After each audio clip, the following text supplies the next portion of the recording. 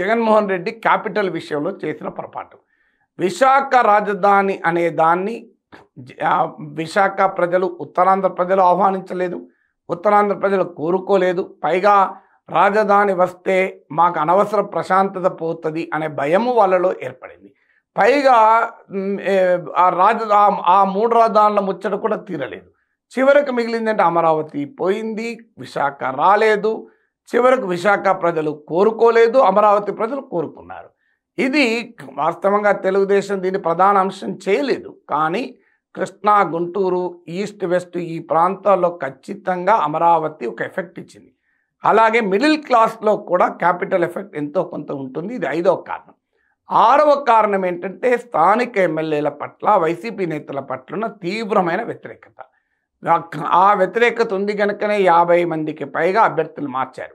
మార్చినప్పుడు జగన్మోహన్ రెడ్డి ఏమనుకున్నాడంటే నా పట్ల అనుకూలత ఉంది, ఎమ్మెల్యేల పట్ల వ్యతిరేకత ఉంది, వీళ్ళను మారిస్తే పోతుంది అనుకున్నారు.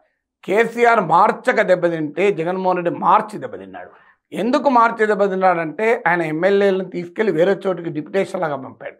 నెల్లూరుకు చెందిన అతన్ని నరసరావుపేట పంపుతాడు, ఒక జిల్లా నుంచి మరో జిల్లాకు పంపుతాడు. అంటే అసలు నాయకుడు అవసరం లేదు, ఎమ్మెల్యే ఎవరైతేనేమి నన్ను కదా చూసి ఓటేసేది అన్న అహంభావం ఎప్పుడైతే నాయకుల్లో వచ్చిందో తాను ఎవరు పెట్టినా గెలుస్తాడు, ఎక్కడ పెట్టినా గెలుస్తాడు అంటూ ప్రజా వ్యతిరేకత ఉన్న వారిని ఎక్కడెక్కడికో పంపించారు.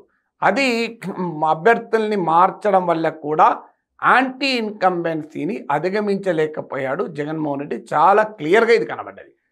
7వది టీడీపీ కూటమి భూమి పోతుంది అన్న క్రియేట్ చేసిన భయం. అంటే జగన్మోహన్ రెడ్డి అధికారంలోకి వస్తే మీ భూమి తీసుకుంటాడు అని.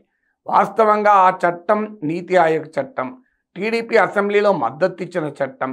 కానీ వ్యూహాత్మకంగా చివరి నిమిషం వరకు భూమి చుట్టూ ఒక భయాందోళనను కూటమి క్రియేట్ చేసింది. ఎన్నికలకు ఒక్కరోజు ముందు కూడా అడ్వర్టైజ్మెంట్లో మీ భూమి మీకు కాదు అని. నేను ఆ రోజు కూడా చెప్పాను, హ్యూమన్ సైకాలజీలో ఒక ప్రిన్సిపల్ ఉంటుంది.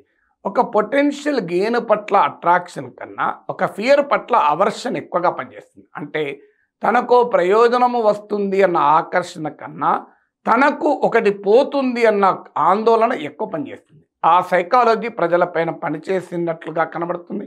అయితే చాలామంది ఊహించింది ఏంటంటే ఈ భయం కింది దాకా పోలేదేమో అని. కానీ కింది దాకా పోయినట్టుగా కనబడుతుంది. ఈ పోవటానికి కూడా ఒక కారణం ఉంది. ఆ చట్టంలో ఏమున్నది అనే అంశం కన్నా కూడా చాలా చోట్ల స్థానిక వైఎస్ఆర్ కాంగ్రెస్ నేతలు భూములు ఆక్రమించుకోవడము, భూ కబ్జాలు ఈ ఆరోపణలు వచ్చాయి. ఎప్పుడైతే తమ కళ్ళ ముందు అధికార పార్టీ నేతలు భూములు కబ్జా చేస్తుంటారో అన్ని చోట్ల నేను చెప్పను, కానీ కొన్ని చోట్లైనా ఇది చాలా స్పష్టంగా చాలా చోట్ల ఉంది.